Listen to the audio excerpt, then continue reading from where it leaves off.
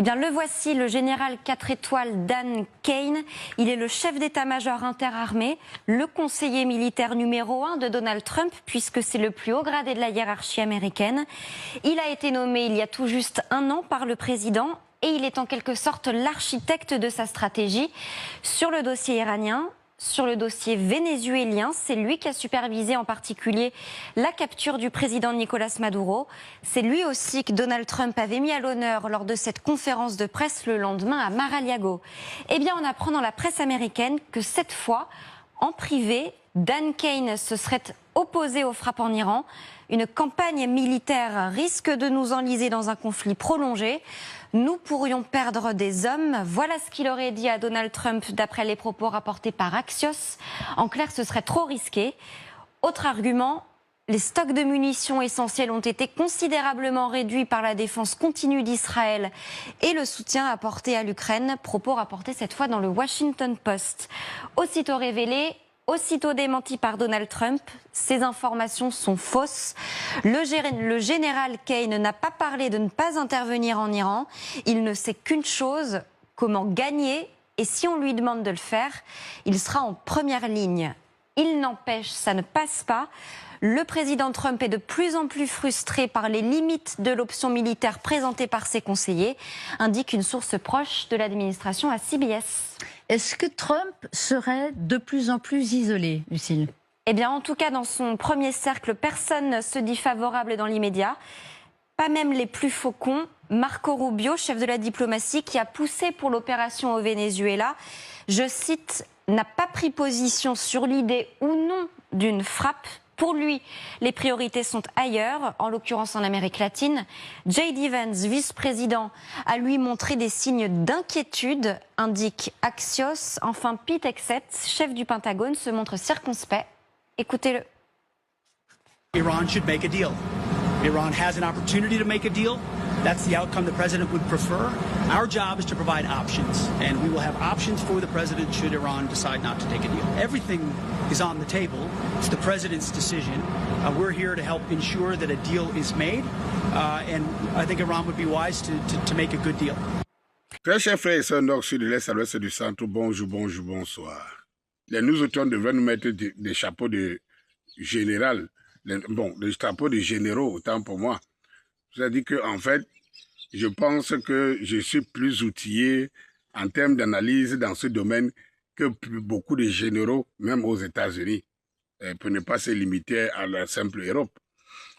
Donc, en fait, quand je vous disais que est-ce que cela aurait été autrement, lorsque vous entendez que le porte-avions, ou bien le Ford, et tout, manque de toilettes, ils vont faire escale à Athènes, en Grèce, pour essayer de faire une maintenance au machin, tout et tout.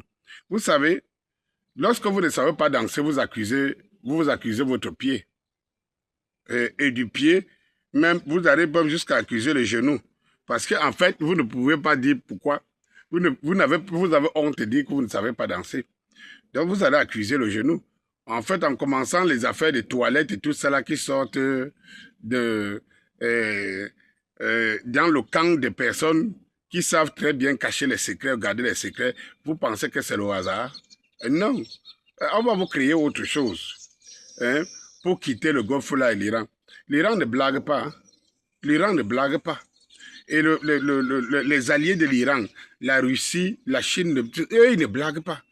Est-ce que vous entendez ce camp-là parler? Et ils parlent de moins en moins. Hein? Ou alors ils ne parlent pas du tout. Mais ils se préparent. Les Américains bavardent et eux, ils se préparent. Tous les jours, vous entendez que les cargaisons, les cargos, les machins trucs ont atterri en Iran et tout. Vous pensez que c'est un jeu. Et ils ne blaguent pas. Et de toute façon, je vous l'avais prévenu, Trump ne peut pas. Je vous ai dit que Trump ne peut pas attaquer l'Iran. Je vous l'ai dit dès le départ avec certitude, avant même que le premier porte-avions ne prenne la route. Je vous avais dit, quand ça a été annoncé, je vous avais dit que c'est le bruit. Et je vous ai toujours expliqué le pourquoi. L'Iran n'est pas le Venezuela. L'Iran n'est pas l'Irak. L'Iran n'est pas la Libye. De toutes les façons, cet Iran-là, en juin dernier, a surpris. Cet Iran, en juin dernier, a surpris le monde. Et vous attendiez à quoi? Et je pense que la seule chose que Donald Trump a réussi, c'est de comprendre qu'effectivement, s'il le pensait seulement, et il a montré aux Américains que si vous le pensez seulement encore, cet Iran-là, on est incapable d'arrêter. C'est de quoi il a réussi.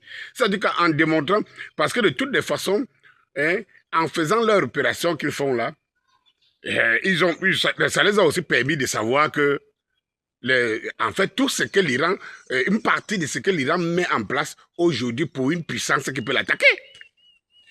C'est tout. Pour une puissance qui peut l'attaquer. Maintenant, ils dansent là dehors, à la barrière de l'Irak. Ils dansent là, dans le golfe arabique. Et ils dansent, ils dansent, ils dansent, ils dansent. Je danse, je danse, je danse, je danse. Et l'Iran attend. Je danse, je danse, je danse. L'Iran balaie la maison, nettoie les sols, nettoie les carreaux. Et tout se prépare à accueillir le visiteur. Ah oui, oui, oui, oui, oui. L'Iran se prépare à accueillir le visiteur. Même quand le visiteur est devant sa porte, il ne sait pas pourquoi le visiteur hésite, mais de toutes les façons, l'Iran sait qu'il y a un visiteur qui voudrait bien entrer dans sa maison. Et il se prépare, et tous les jours, il lave, il entretient, il ménage partout. Et chaque jour que le visiteur tarde à danser devant la barrière, l'Iran se prépare mieux à l'accueillir. Voilà, là où il y avait tâches et tout ça, il gomme ça au plus vite. Le visiteur sera très bien accueilli. Vive Donald Trump, vive l'Amérique. Allez!